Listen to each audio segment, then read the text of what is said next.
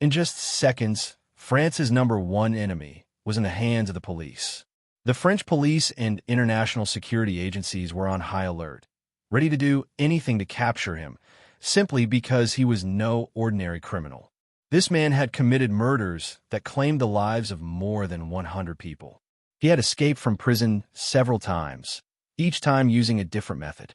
Even stranger, after one of his escapes, he returned to attack the prison again, because he wanted something inside. Above all, he was a mysterious political figure with an incomprehensible intelligence agenda. In Europe and America, he was nicknamed the Man of 1,000 Faces for his skillful disguise and disappearance. France, however, simply called him France's #1 enemy. In the final chase, he hoped his legend would be completely ended. And indeed, he was cornered, and it was almost impossible for him to escape this time. The security forces pointed their weapons at him, and they had only two options. Either they killed him immediately, and his secret died with him, or they let him escape, and they lived with the greatest danger.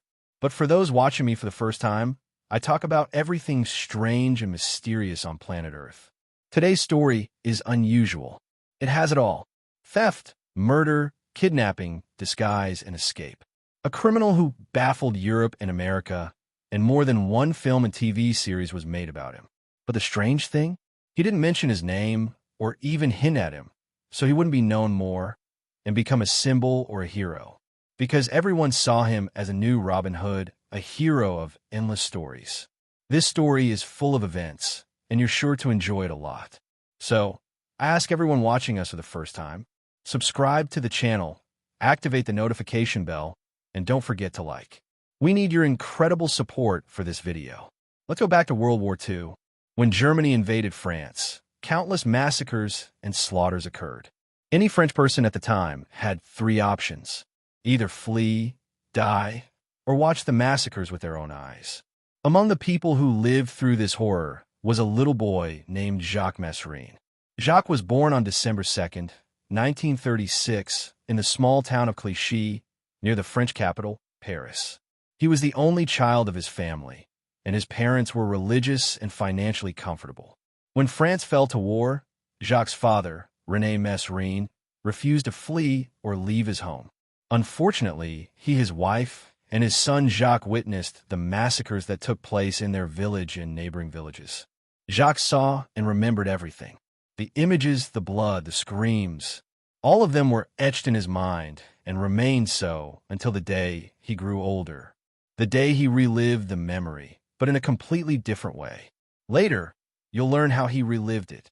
Jacques studied at the Catholic College of Joly, one of the most prestigious educational institutions in France at the time, but he was expelled several times due to his violent and disruptive behavior. He spent his life without a real job, remaining dependent on his father's wealth. In 1955, at the age of 19, he announced to his family that he intended to settle down and start a new life. The first step Jacques took after deciding to start a new life was marriage. But this marriage didn't last a year and ended quickly. After that, he was called up for compulsory military service. From there, Jacques' life took a 180-degree turn. Within the army, Jacques discovered his talents and also discovered that the images he had seen as a child were still alive inside him, needing to come out.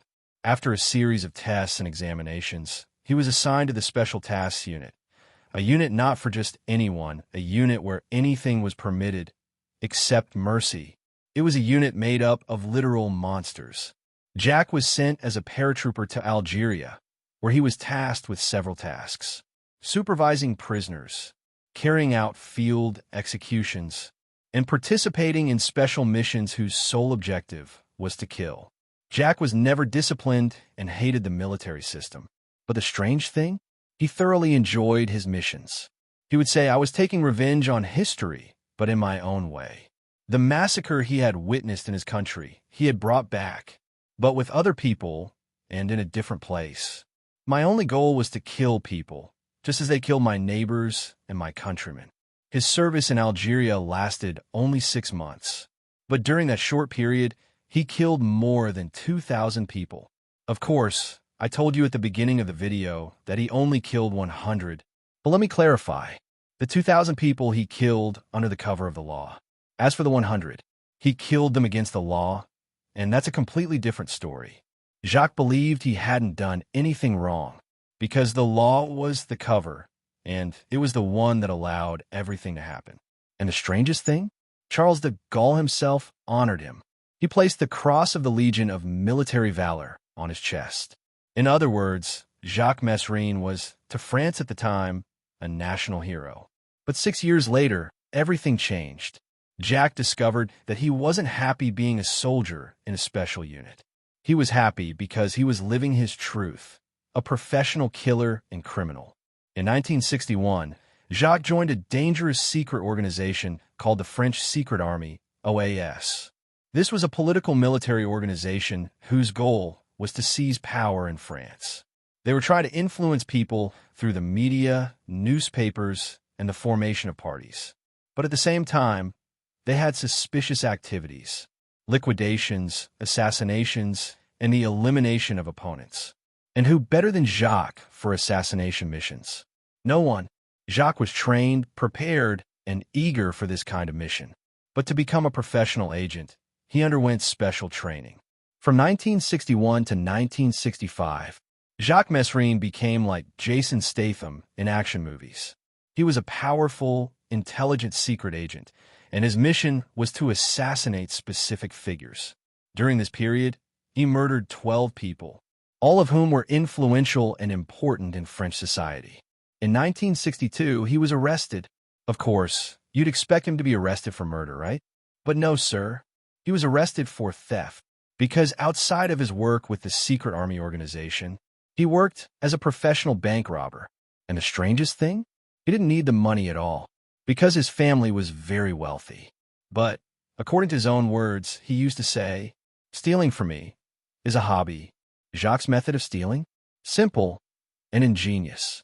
He would go to the bank, quietly observe the employees, and choose just one person from among them. Jacques was smart, very smart. He says that through the courses he took, he was able to read people's personalities from their faces.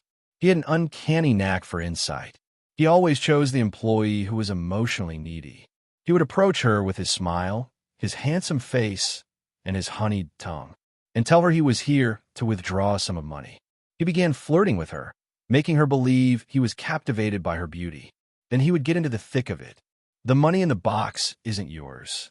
It's the bank's money, and the bank can easily replace it. I want to steal it, and you need to help me, so we can have a couple of nice days together. To protect her from legal action, he would pull a gun from his pocket and say, "Let's make a little noise, to show that you were at gunpoint." This way, the bank would support her position, because she handled the situation calmly and didn't cause any chaos. And the strangest thing? The plan worked every time. Some thefts reached 20,000 francs in a single operation. But the question is, how many times did it work? Imagine, the same plan worked for him 34 times. Yes, 34 operations with the same method. But operation number 35? It failed in a way that will make you laugh. But before I tell you how he was exposed, write your prediction in the comments. What do you think Jacques' mistake was? And I'm sure that whatever you predict, you'll be wrong, because the reason for his exposure was ridiculous and completely unexpected. The important thing is, after he was exposed this time, he was arrested and sentenced to 18 months in prison, although he was a bloodthirsty murderer who killed thousands. The only charge for which he went to prison was theft. But the strange thing? Prison had a profound effect on him. Jacques says that prison changed his beliefs, and for the first time, he felt remorse, especially for the crimes he committed in Algeria. He wished he hadn't opened the prison door that day to let the prisoners escape, or at least killed them quickly, rather than letting them suffer. Jacques served his full sentence and left prison a changed man. He left the world of fraud and deception and stopped exploiting girls. He says, "If it weren't for that last failed attempt, I would never have become a good person." And indeed, he started a new life. He got married, had 3 children, and worked as an employee at an engineering company. But unfortunately, the company went bankrupt after a while, so he decided to open a restaurant in his village. But he didn't last a year. He then moved to work in agriculture, his ancestors' profession, but he couldn't handle the pressure of the job. After 4 years of failure, he finally settled down as a restaurant manager and was very successful. The restaurant was making excellent profits. But one day, the owner came in and saw Jack drunk, behaving badly with the employees. He was immediately fired. And then, Jack says, I woke up from a deep sleep. I discovered the truth. I'm not a good person. I'm a criminal and a murderer. It's a nightmare to become a good person. And here he came back to his true self, the merciless butcher. Jack came back. He returned to his true identity, but quietly, without making anyone feel uncomfortable. After being fired from the restaurant, Jack decided to take revenge, but in his own calm, patient way. And after 3 whole years, he dyed his hair blonde, grew a thick mustache, wore a police uniform, and carried a pistol with a silencer. He entered the restaurant at a time when he was certain the owner was there. But when he asked about him, they told him he's not here. Jack became nervous. So after all that disguise, after all the effort, I come out with nothing. He pulled out the gun. He shot out all the drink bottles, smashed the entire place, and caused chaos in the restaurant. And the surprise? None of the employees there recognized him, even though 80% of them had worked with him for long periods. As he was leaving, a policeman saw him and clashed with him. But Jack escaped. And the strangest thing? Despite all this chaos, the primary objective failed, to kill the restaurant owner. But just 1 month later, Jack went to the restaurant owner's house and killed him in the middle of his house without leaving a single clue. But that story is just a prelude. The following story begins with a luxury car parked in front of the Spanish military governor's palace. A man who looked to be in his 70s got out. Approaching the guards, he said, I am the commander of the 1st Corps in Canada, and I would like to meet with the military governor before I return to Canada. They contacted the guard commander, and after 15 minutes, they agreed to let him in. The man entered and sat with the governor for a full hour, and then left quietly. Story over? No, because the old man was Jack. He was completely disguised, and he convinced everyone he was really a Canadian commander. But why did he enter? And what did he do inside? To this day, no one knows the real details. Official sources say it's classified information. But what we do know is that just 3 days later, Jack returned and robbed the palace. He didn't steal money or jewelry. He stole sensitive official papers. How'd he get in? A strong rumor says he dressed as a janitor, entered the military governor's office, and stole papers in front of him while he was cleaning. He was arrested at the gate, but after 6 months, he was released without any official statement. Why? Rumors say he was a secret agent for French intelligence. Jacques himself wrote in his memoirs.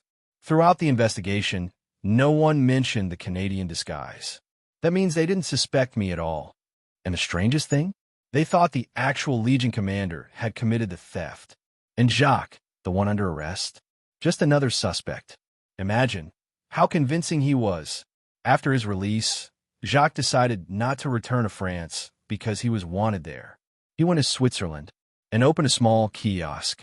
But in his mind, his only focus was, what can I steal here? And that's where the strangest story begins. Jack entered a jewelry store in Geneva with his wife and said, today is our wedding anniversary, and we want to see the most beautiful diamond bracelets. The employee showed them all the jewelry, but after 8 minutes, suddenly everyone in the store fell asleep.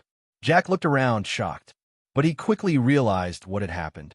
He opened the bag, stole all the jewelry, and left as if nothing had happened. When the employees woke up, they were in a state of shock. What had happened? How?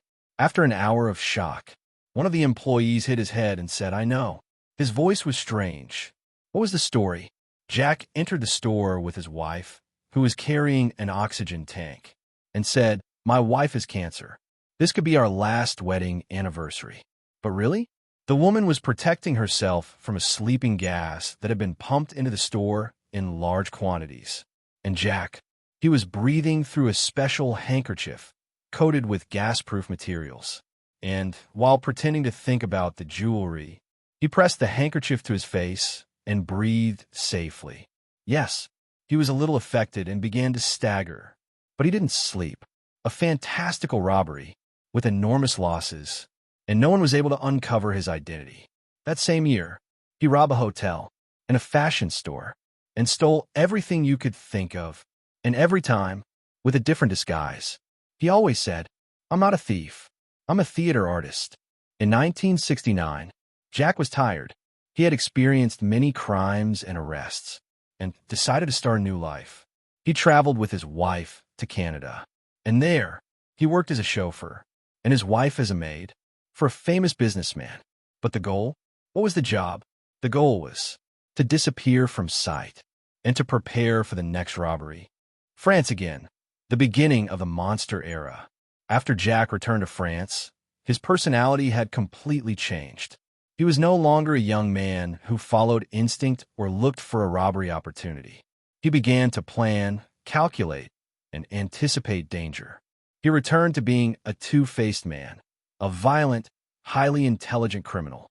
In just 2 years, Jack robbed 16 banks, 2 hotels, and 3 jewelry stores. His operations took no more than 4 minutes. He didn't hesitate, didn't reconsider, and only killed when someone stood in his way. Many times, people thought they'd been the target of a detective film. They couldn't believe what had happened. But let me take you back to the real story. The first escape from La Bastille prison, 1976. Jack was arrested following a tip-off from a member of the gang he worked with to steal jewelry. The French police devised a comprehensive plan to arrest him, luring him through a woman he had a relationship with. He was caught carrying a bag containing 300,000 French francs in cash and an empty pistol. He was imprisoned in La Bastille, a high-security prison from which escape was supposedly impossible. But Jacques didn't think impossible. Over the course of 40 days, he was able to secretly communicate with 3 inmates who worked in the prison's furnace, who were allowed to bring in iron tools for cleaning and maintenance. Jacques began by drilling holes in his cell's interior wall using a piece of furnace wire coiled like a sharp iron rod. He covered the hole every day with toothpaste mixed with flour and colored with tea. On November 18, 1976, Jacques and 3 other inmates successfully drilled holes in an outer wall that opened onto a deserted corridor. They then used iron curtain wire as a sling to climb the 6-meter wide wall. And on top of the wall, Jacques had hidden a rope made from prison blankets tied to a large stone. They climbed over the wall, climbed over, and escaped through the blind spot that the cameras couldn't reach. What happened next? Jack disappeared for 14 whole months without a trace. The second escape, Saint-Étienne Prison, 1979. This time, Jack was arrested under a false identity. His name was Yvon Laurent, and he was transferred to another prison in eastern France. With all the new guards, the police were confident that this time he wouldn't escape. But Jack had something completely different planned. He arranged with his lawyer to bring a watch with a hidden, powerful battery. This way, Jack was able to create a simple device that generated a small spark and gradually began to crack his cell lock. He used shaving cream as a concealing agent to hide his trace and scent. On March 9, 1979, at 2:33 a.m., he unlocked his cell, stole a key from a sleeping guard after slipping it into a candy box with a mild anesthetic, and opened the emergency door.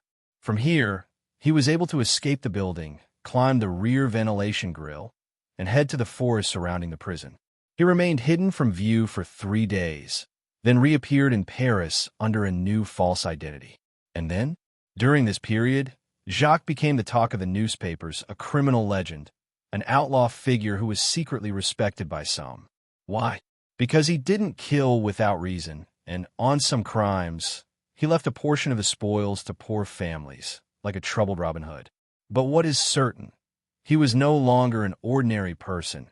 He had become an uncontrollable, unpredictable, and unfathomable ghost.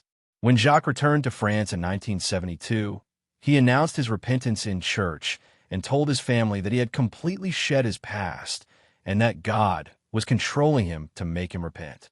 When he repented, his father supported him financially and opened a cafe for him. But one time, a simple dispute arose between him and a 62-year-old customer.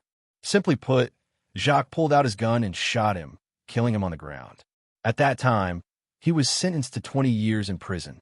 From the first hour in prison, he knew he was going to escape. He began training, and the prisoners said his training was arduous and long. The escape method was different because La Santé prison is known in France for being a maximum security prison. An escape from it is impossible. Jack said, "I'm not going to escape from prison. I want to escape from another place." He asked his lawyer to file a lawsuit against him for forging seals so they could take him to court. At the same time, he contacted the friend with whom he had attacked the prison in Canada and told him about an insane plan that no one else could help him with. His friend told him, "You definitely want to end your life. What you're saying is impossible." Jack told him, "Do what I tell you." His friend, who looked just as crazy as he was, visited him in prison and understood the plan. In July 1973, Jack was taken to court. Before the hearing began, he asked to go to the bathroom. They took him to the bathroom. He entered the second bathroom from the left, opened the water tank, and found a .45 caliber pistol. He said the password, and his friend, who was sitting in the bathroom next to him, answered. Suddenly, they emerged together, fought with the guard, and took him hostage. They attacked the police officers and took a second hostage. By chance, a judge appeared, and they left the courtroom and got into a waiting car. Jack then decided to flee to Brazil. He hid in a rented apartment for 4 months, during which time he got married. When the police entered and arrested him, he told them, "A wonderful operation. You impressed me." He was returned to La Santé prison and sentenced to life imprisonment. In prison, he wrote a book called Death Instinct, in which he recounted the most dangerous murder he had ever committed and managed to escape. Because of this book, the French government passed the SAM law, which prohibits criminals from publishing their crimes. The book sold millions of francs, yet Jack managed to escape again on May 8, 1978. His escape was truly extraordinary. Jack opened his cell door from the inside. He was accompanied by a guard. He overpowered 2 guards, tied them up, and took the keys to their cells. Then his companions, 12 in number, emerged. They went to the maintenance room, climbed a long ladder, opened the inner door of the floor they were on, and continued their journey outside the courtyard. In the courtyard, there was a 14-meter-high wall. Instead of escaping outside, they lowered the ladder and entered through the window into an officer's room. In the officer's room, there were 3 security uniforms. They put on all 3 and, using a radio, ordered a vehicle to be prepared to transport the prisoners.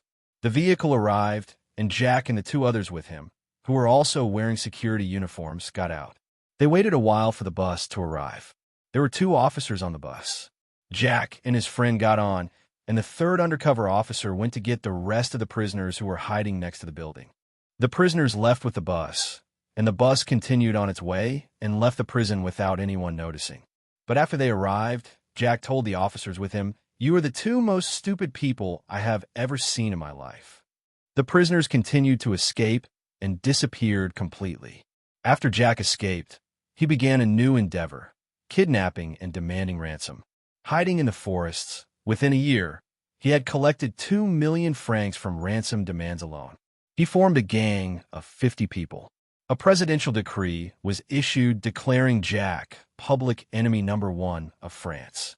And now we come to the final days of Jack's story, specifically on November 2nd, 1979. After a months-long search, French police discovered that Jack was staying at a resort on the outskirts of Paris. That day, the police surrounded the resort, and Jack sensed something was amiss around him. He asked his wife, whom he had married a second time, bringing his total to 18 marriages, to leave the scene immediately without explaining why. He left all his belongings and drove with his wife. After only 100 meters, police cars surrounded them. Jack got out of the car and began shooting at the police. The chase lasted for a quarter of an hour, until Jack's car broke down and stopped. A police officer got out of the car and ran at him. There were instructions not to kill him because it later became clear that Jack was a spy for a certain party, and his movements were always protected. However, the police officer got out and shot him 20 times, 15 of them in the head, chest, and neck. Jack died instantly. The police officer was arrested because it was illogical to kill Jack in this manner. It was believed that the officer was directed to kill Jack to conceal his secret. The investigation into the officer continued until 2004, and the officer was ultimately acquitted, and it was determined that he had killed Jack solely in self-defense. And so ended the legend of the most dangerous and vicious killer in French history. Now let's return to the 35th bank robbery in which Jack was exposed and arrested.